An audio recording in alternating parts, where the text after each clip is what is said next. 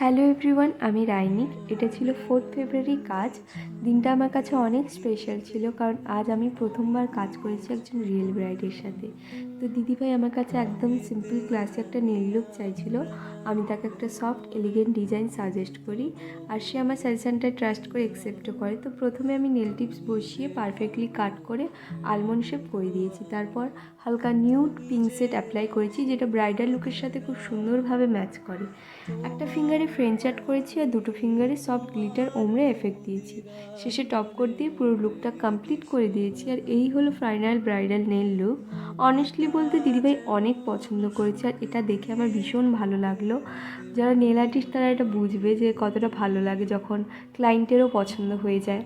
তো তোমাদের কেমন লাগলো এই ব্রাইডাল নেল আর্টটা কমেন্টে জানিও। যদি তোমরা এমন ক্লাসি এলিগেন্ট নেল আর্ট করতে চাও তাহলে আমার সাথে যোগাযোগ করতে পারো।